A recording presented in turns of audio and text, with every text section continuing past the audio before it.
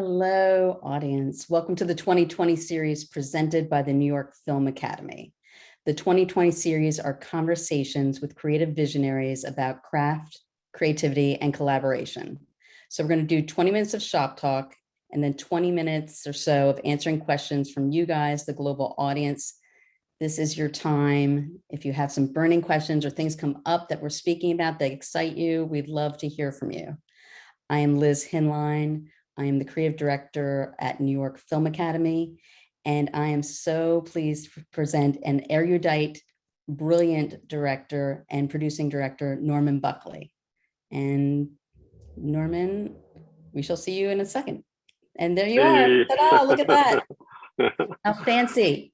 Yeah. Welcome. I like that word, erudite. Yeah. When I think of you and I listen to you talk, you're just such a beautiful, you use the vocabulary so musically. And so sweet. Thank you. You're just so visual. And what I'm sort of interested, I know you started your sort of TV directing career on the OC. And when you went in, what did you think TV directing was, and how has that transformed to what you think it is now, like the job description, let's say?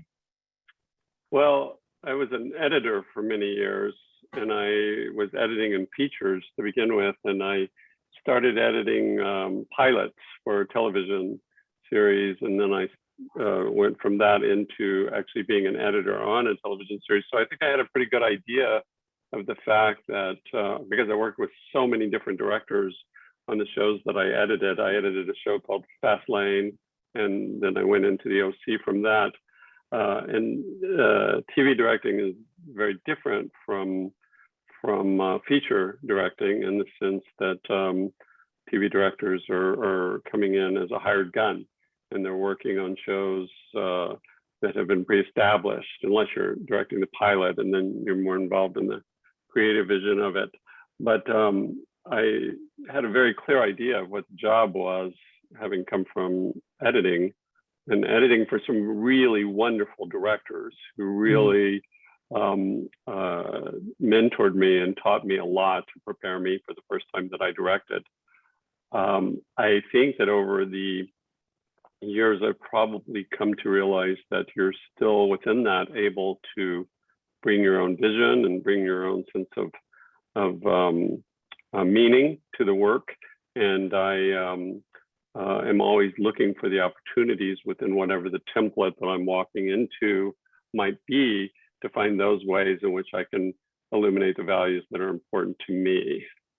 So where does that answer your question? That totally answers the question. Where do you start? Like, we were talking about before when we were having a conversation, you're going to go on to a show that you haven't done before. I think it's NCIS in Hawaii, right? Yes, that's right. So what is the things that you sort of attune yourself to, besides wanting to do a good job and have people like you? What are the things that you're on the lookout for when you go into a new family like that? Well, of course, I watch the show. I watch the show and watch everything that's been done, and I read. I either read the scripts or watch whatever episodes have been done before mine. I try to understand the aesthetic of the show. I try to understand the template that they've set up. I feel that my job is to fit my own style into the style of that particular show. So I'll ask questions right away, like, how do you like to shoot the show? Some shows I work on use Steadicam a lot. Other shows want to do most everything long lens. That's a very different style, but I will adapt my style to whatever that style is. So those are usually the first questions I ask, is what the expectation is. On the show that I'm the producing director on, we don't necessarily go for compensating coverage on everything. We like to give the directors the freedom to do things in longer shots, not necessarily covering a master and over mediums and then close shots on every single scene. We try to give the directors a certain amount of freedom in terms of how they want to cover it and how they want to shoot it. But when I'm working as a guest director on a show, I want to make sure that I'm giving them what they expect. So if they want compensating coverage on everything on the same size, the same lens, then I give them that. I don't always like that because I feel like that there's a certain amount of storytelling that goes within the choice of shots, but my job is to deliver what's expected of me.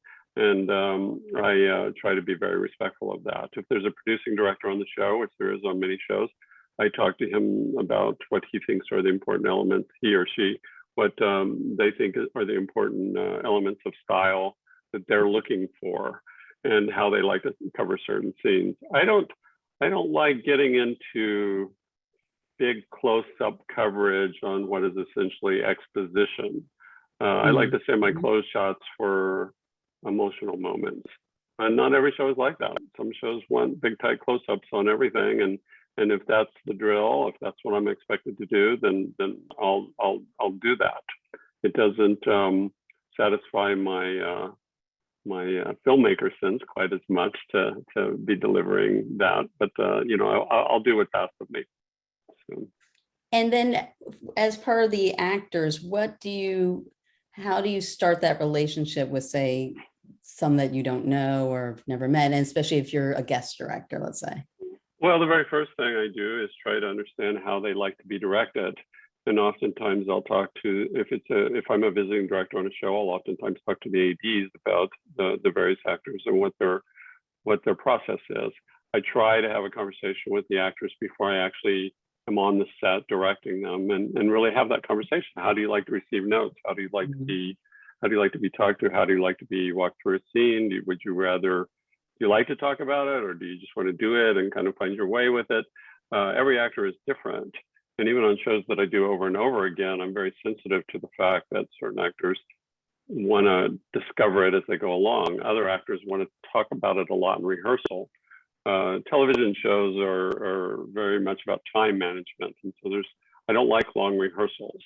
But if an actor really wants to talk about things, I'll gently encourage them, let's get marks down, even if those marks might adjust. Let's get marks down here, and then let's step off and discuss the scene and discuss what it is, what your questions are about it, rather than trying to figure every internal beat out in a rehearsal. Rehearsals for me on a television show are about getting marks down. And so I want to move through those as quickly as possible. But I definitely don't want an actor to feel squashed. And sometimes an actor will want to talk about certain things. And so my prep is very important, and I need to be able to have those answers right at my fingertips. And so my goal is always to make an actor feel that I've done my preparation, I've really thought about it. I don't ask actors to do something that's not psychologically appropriate for the scene. Occasionally I'll get resistance. It's not my experience that actors resist. I think they like it, actually, when the director shows up and is very prepared. But occasionally I'll get an actor who pushes back, is like, well, I don't want to do that, or you know, I want to do this instead. And so I also have a B plan and a C plan and a D plan. But those actors that really want to talk about it and get into the whys and wherefores of the scene, then I'm definitely willing to have that conversation. But I don't want to do it with, you know, a whole crew standing around waiting to light. I want to keep the train moving. So I try to make my rehearsals as brief as possible. And then even if I have to change things and relight, it's still quicker to get through the rehearsals as quickly as you can and get the marks down so that the whole crew can start working. And then, you know, generally it's going to be within a playing field. I'll generally say, okay, this is our playing field. We're between here and there. You know, you can work it out as we shoot in terms of when you get to which point, but let's get these marks down so that the crew can continue to work. Because as I've often said, I've said it on various podcasts I've done, 5 minutes saved in an hour will add up to an extra hour at the end of a 12-hour day. You're getting a whole extra hour of shooting if you can save 5 minutes. So if I am really being efficient, but still creating the space for the actor to feel what they need to feel and express what they need to express, then that's the best situation. So do you come in with a blocking plan, or do you start the rehearsal and want to see what the actors are bringing to it? Or no, I very definitely start with a blocking plan. I have it very, very clear in my mind how I want that scene to go. I also have, as I said, a B plan, and I have a C plan and I have a D plan, so that I try to think of every conceivable vagary that might come up, and I generally find that actors like that because they like feeling like, oh, he's thought about it, he really knows why. And as I said, I start with the psychology of the script. Right. I start with the reason why people would move, when they'd move, where they'd move, what they do. I've thought about it very very deeply. I don't just show up and say, okay, let's see what happens here. I have a very clear sense of what I want to see happen. But if there is resistance to that, then I try to determine why there's a resistance. If it's about a legitimate question, then I find that I can, because I've done so much preparation, I can answer that. Or if it's a better idea, I mean, God knows, there's been plenty of times where an actor's had a better idea. An actor's been like, well, what if I did this instead of that? And I'm like, ah, wonderful. And so I think it's also about having a plan, but being completely flexible with that plan, being at ease with the new information that's coming. I compare it to an actor doing rehearsal. You want to do rehearsal, you want to rehearse, but you also, at a certain point when you show up, you've got to let your rehearsal go and go with what's happening. You have to be listening to the other actor. And I think that's very similar in the experience of a director with an actor. You do all your prep, you know it backwards and forwards, you know why you're doing what you're doing, but then at a certain point you have to go with what's happening. And if somebody, it could be the DP has a better idea, or it could be the writer has a better idea, or the actor has a better idea, I'm going to go with the best idea. And because I've done my prep work, that intuitively becomes evident. I'm not somebody who clings to a plan if there's a better plan that's been presented to me. I always go with the best plan, the one that feels like, I learned as an editor, there's always a place where everybody gets to yes. There's always a place where everybody goes like, yes, this is it. This is what's working. And it's almost mystical. And I think that if you're open to it, then the best plan is going to come forth. If you're very stuck on, no, this is the way I want to do it, then it starts to get really slow and a bit of a slog. But I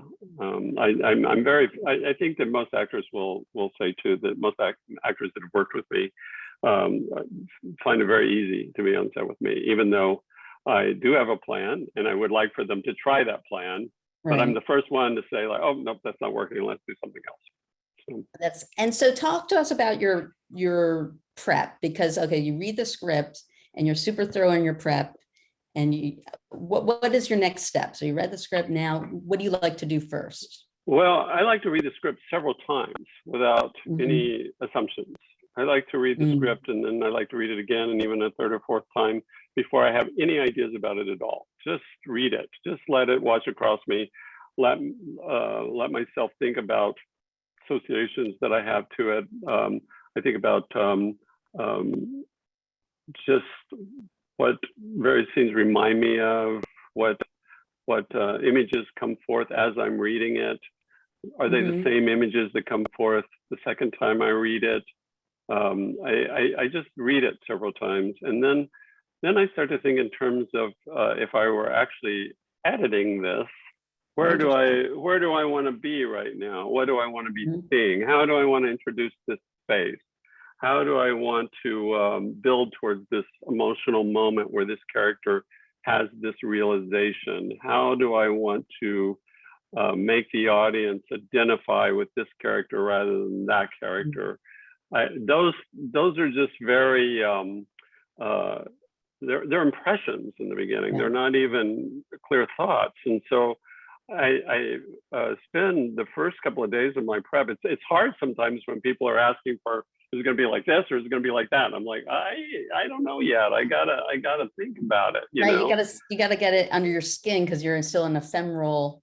Yeah. It in from the spiritual, and your subconscious, right? It is a mystical experience, and I really don't want to be rushed in my delivering of that. And so I find that sometimes, usually the first thing that happens is a concept meeting where they talk about what the show, and that's helpful because the writer is usually running that, and the writer is generally talking about what the needs are from a story point of view. Right. But ultimately, I start to look at the script with an eye to, if I had to tell this story without any dialogue.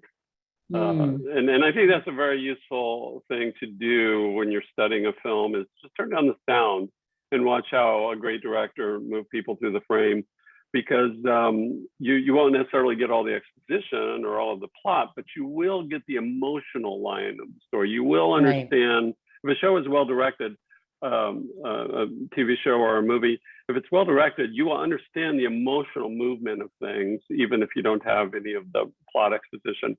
And so I really started to think about it in those terms, like, what if I were to have to tell this story as a silent film? How would I do it?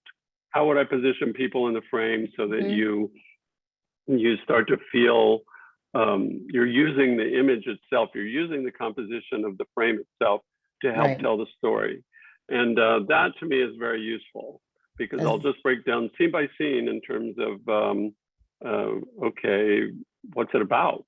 What's the scene about? What is the scene about? How does it function in the story in terms of moving the story forward?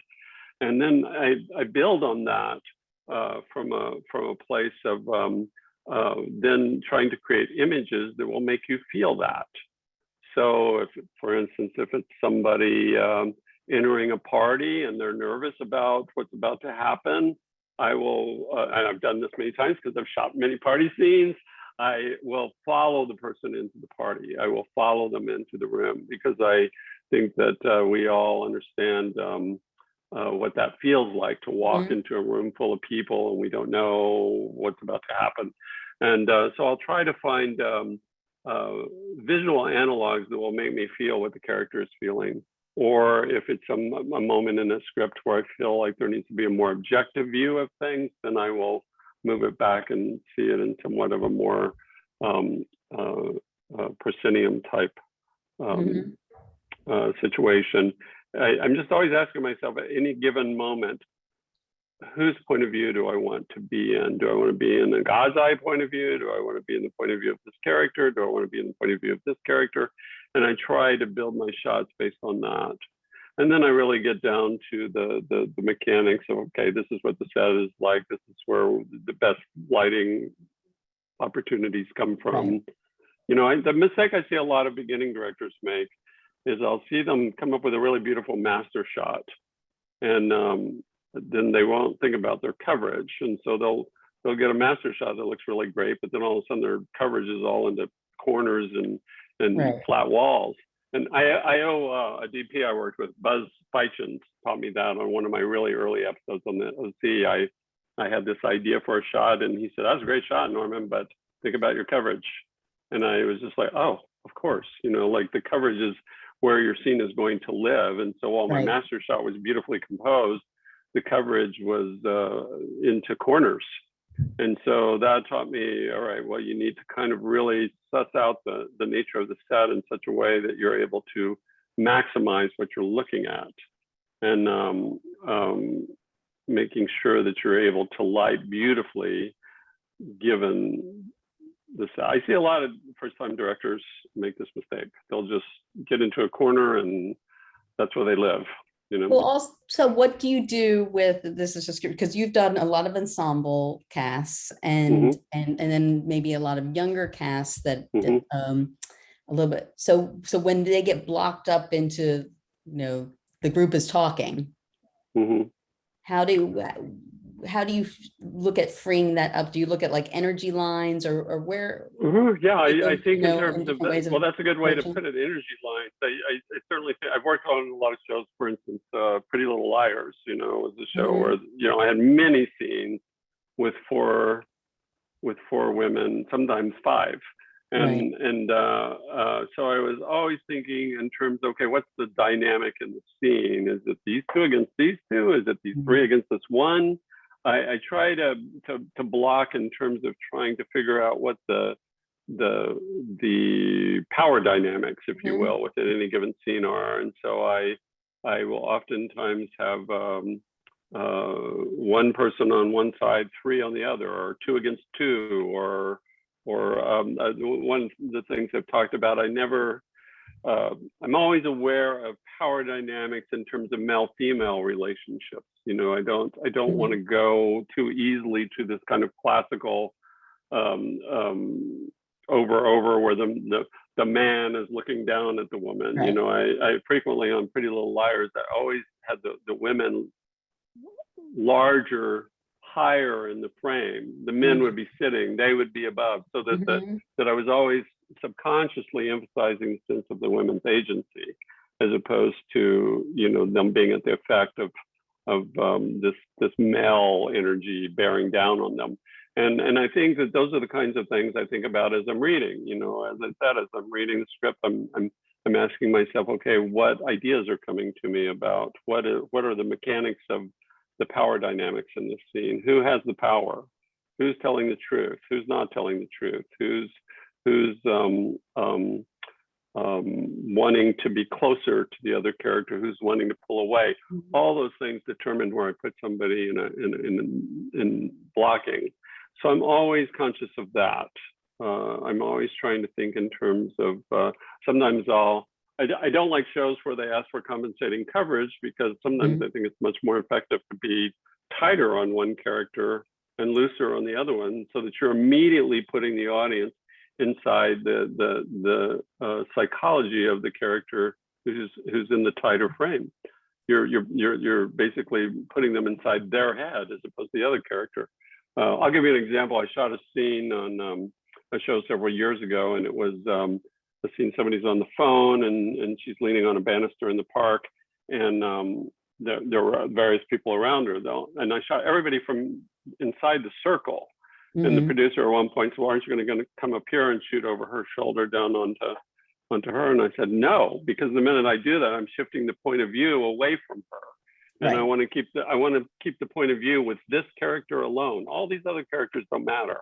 This character matters. Right. And so the minute I move the camera over into a position over here, which is compensating coverage, then I'm shifting the whole point of view of the scene. And the scene becomes about what this character sees, as opposed to, for me, the primary character in the scene. So that's something I always do. I always ask myself, whose scene is it? Right. And I also will carry that question through into post-production. I'll ask the editors, you know, have you thought about cutting it in this way so that we really emphasize this character as opposed to this character? I try not to go in and immediately give very specific notes about editing, as opposed to knowing, as a former editor, I know how painful that is when somebody is telling you, like, no, cut here, cut here. I try to begin at least with the idea of, this is what the scene's about. Let's approach it again from the point of view of really trying to emphasize how this character is feeling about what's going on, as opposed to giving them equal weight and making it a ping pong match. I try to really think about those kinds of things in terms of the way that I block the scene. And do you speak with the editors pre-shooting at all? Yes, I try to at least correspond with them by email. And I used to be very, very specific about telling them, this is how I want this cut together, because I came from editing. I have learned over the years to not do that so quickly, because sometimes a really good editor will surprise you with something, and you don't create the space. It's the same thing with actors. You don't want to go in and tell an actor every single thing they should be thinking or doing. You want to wait and see if they've done some preparation of their own, if they have a point of view that they want to bring to the process. And I was very controlling when I first started directing, and I really wanted it edited just this way. And I do shoot my material in order to be put together in a certain way. But I've learned to allow somebody to surprise you, allow somebody else to bring their own creative vision to the work at hand. It is, after all, a collaboration. And so I don't try to give them too many notes in the beginning. I try just to, you know, present the material to them. Obviously, I shoot things such that it should be clear how it goes together, but sometimes somebody will surprise you. I had a guy who was one of my assistants on the OC, and he went on to be one of the editors on Gossip Girl. And there was a sequence on Gossip Girl that I had imagined completely differently. And he put it together in such a way that it stunned me. It was so much better. It was it was one of those things where I was like, oh, I would have never thought to do it like that. I had really designed these shots to be interlinking and to go together. And he instead built them with these beautiful shots of New York in between, and he put it to a piece of opera music, and it was just not something I expected at all, and it was so much better than what I'd planned. And that was really the moment where I was like, no, I might gain something by not trying to be quite so controlling, and maybe I just need to let people surprise me in the same way that I do with actors. You know, I don't go in and tell an actor what they should be thinking before a scene. I just don't. I know some directors do, and that's their style, but I don't even want to say anything to an actor until I've seen them run it a couple of times and see how much preparation they've brought to it, see like if they've thought about it at all, because sometimes they haven't, you know, to just see what their choices are. And then I start to talk to them about what I think maybe might be added, or what might be another way to think about it, or, you know, I just want to see what they come to the table with. I don't want to squash that, and you do squash that if you go in too quickly with an 100%. Idea. Let's Charlie, let's look at this amazing trailer for the show that you're producing, directing on, Sweet Magnolias, and then because you came in so early on that, right? Creativity. Yeah. Would love to hear about that. So Charlie, if you could play that, it'd be awesome. Thank you. My life is insane. I'm holding it together by duct tape and happy thoughts, and I'm near out of both. My divorce papers. All you have to do is sign those, and your marriage to Bill Townsend is officially over. I have to get a new job. I have to get a new everything. Which makes this the perfect time to start something new. Just one signature and it's all over. Who has a pen? Oh, I thought you never asked. We have been talking about going into business together. Remember the Sweet Magnolias? We three are gonna turn that big old house into a glorious spa. If I really am good at this, why am I not able to put a family together for myself? My food makes people happy. Gives them a reason to come together. Well, now that we've established that Bill is not what you want, can we move on to what you do? Namely, a tall, handsome coach? Ty, hi. He is my son's coach. So there is a little something there. Your face is gonna fade to black. Why does everyone think they can sit in judgment in my life? People are trying to help you because they love you and they believe that you deserve better. You have truly found yourself a unicorn. A unicorn with a six-pack. You said you wanted to build a life with me. I believe there is not a problem that cannot be solved by having a drink and a talk with the two of you. Pour it out. See what happens when you allow yourself to dream. Oh, bravo. Ooh, thanks. Very nice. That feels really cinematic, Norman. What were like some of the inspirations for that? Because it feels big, it feels lush. Well, the showrunner is a woman named Cheryl Anderson, and she and I met before I was, well, we met at the point that I was being brought onto the project, and we talked about what I mentioned earlier, that we didn't necessarily want to just have it be conventional television coverage. We talked about a French film called Summer Hours that was directed by Olivier Assayas. We talked about Terrence Malick films in terms of the way those feel, like with the light and the color. We talked about the photography of William Eggleston, just capturing moments in a small town. But I'm so grateful to her because she really embraced this idea of not necessarily feeling like every line needs to be on camera, not necessarily feeling like that everything needs equal. You know, we don't get into this except when it's really necessary, when it really provides something.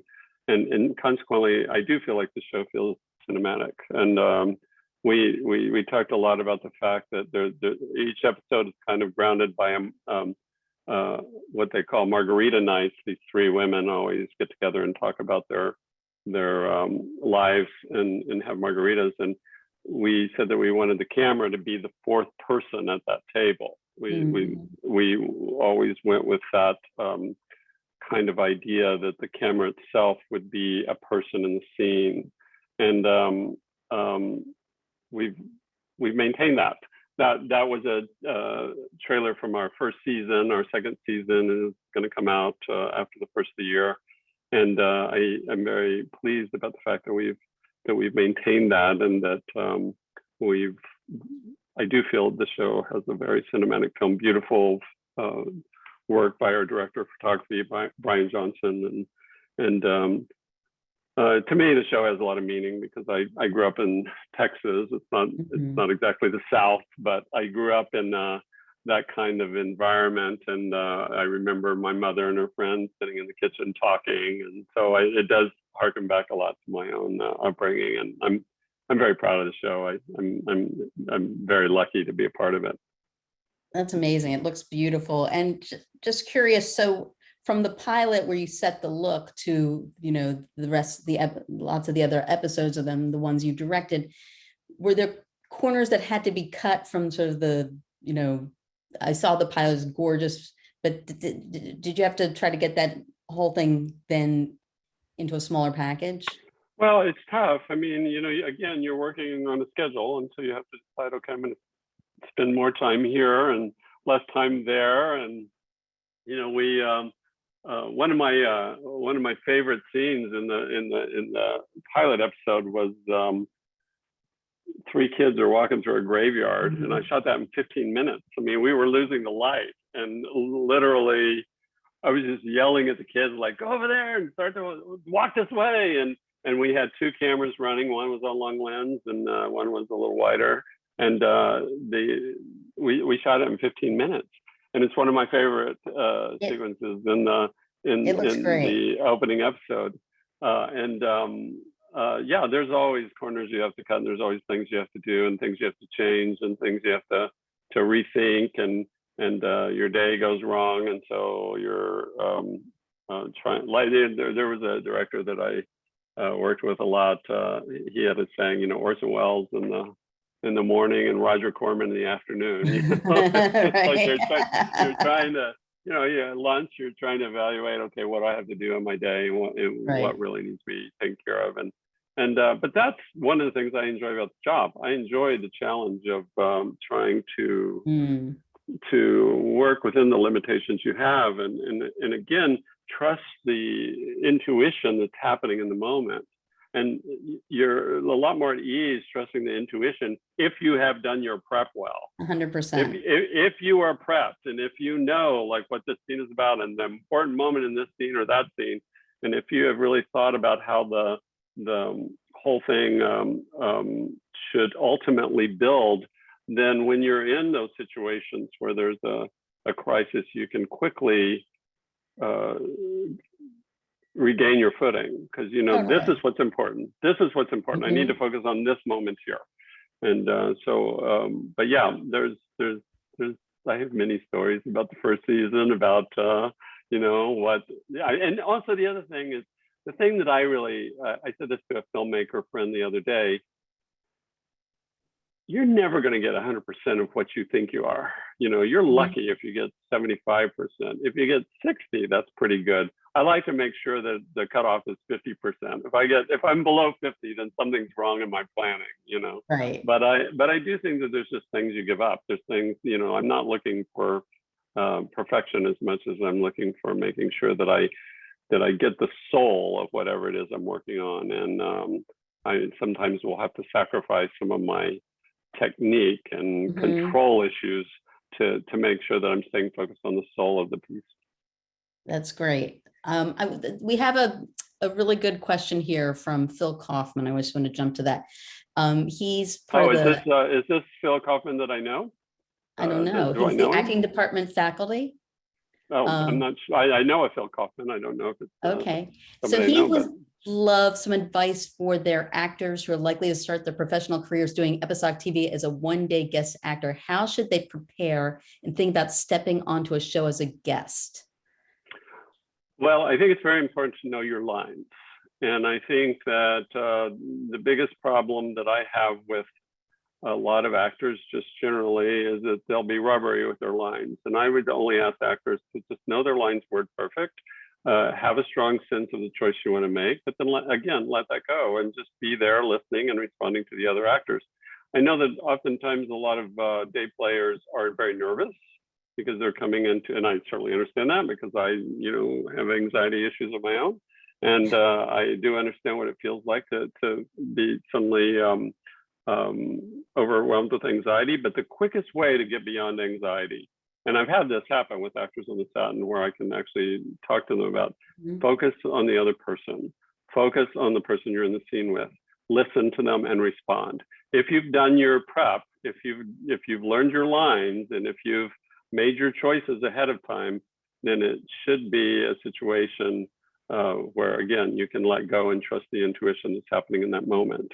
And I find that sometimes actors will come in and they'll just be so locked into their choice that you can tell they've just practiced it over and over again in the mirror the night before, and they're not willing to just be in the moment. So they're not even listening to the other actor. And that'll often be the note I give is just listen to the other actor and just respond. Don't put pressure on yourself. I try to be really sensitive to day players. I try to really make them feel comfortable and make them feel at ease. I hope that that's been the case. We're moving fast, and that's the thing that's very important, is that people understand that we're moving quickly, and so the more prepared you can be, the better. But then take direction. Take direction. Like if I come in with a direction that you haven't thought of, at least try it. Don't argue with me about it. Certainly, I mean, if it's something that makes somebody uncomfortable, I wouldn't want anybody to do that. But I do think sometimes I'll, get into discussions about, well, I thought I'd play it like this and everything. I'm like, yeah, okay, that's great. You made a choice and that's strong, but let's just try this. Let's just try this. Just be willing to drop whatever resistance there is and just try it. And when you're going in for giving adjustments, I imagine that you're very efficient with your adjustments to actors if you're going to talk in I try to keep it to one thing, and I try to find the thing that will really tip the whole discussion. I've seen directors go in and give 10 notes to an actor between takes, and I see the actors just going, oh my God, I don't know, how am I going to remember all this? How am I going to remember all this? I try to go in and give one note that should correct the whole thing. And it's usually about what the nature of the scene is, usually about what the emotional event of the scene is. And I pose my notes generally as questions so that actors don't feel that they're being told to do something, but instead asked to consider something.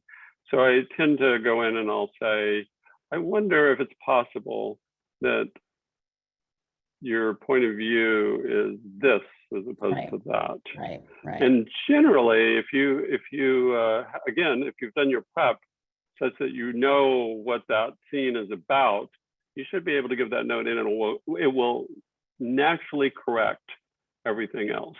I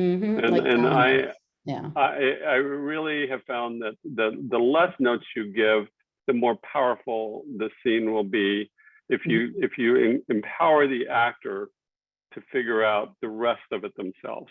If you're going in and trying to dictate every moment, I just think you end up with an actor who's very self-consciously trying to remember everything you just told them.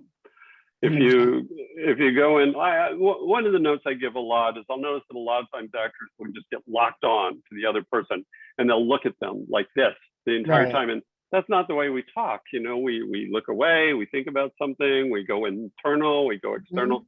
So oftentimes I'll give a note that'll just be, I wonder if on this line, you reflect on that. So you break eye contact with them and you take it back within yourself.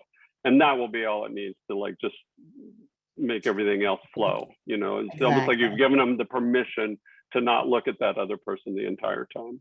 And I understand it, because you walk on the set, you're nervous, you kind of lock on to that other person as your security blanket. Right. But that's also just forgetting that you're a character and you're just in a scene and you're responding to the other person. So I find that note really helps. Norman, we could talk forever and ever and ever, but we have come to time, unfortunately. Oh, really? Is that right? Yes. Wow, that went fast. That went super fast. So if can people look at your work somewhere, or look at your Instagram, or Yeah, I'm on Instagram. I'm Norbuck on Instagram, NORBUCK, and then also my website, normanbuckley.com. And I don't usually respond to questions on Instagram. Occasionally, if I see, I don't look at a lot of comments, and I don't look at a lot of messages on Instagram. I do occasionally, and if I'm always open to trying to give people advice, but I can't hire people off of Instagram. And I try to tell people that there is a process. I do have an essay I wrote some time ago about what my advice is.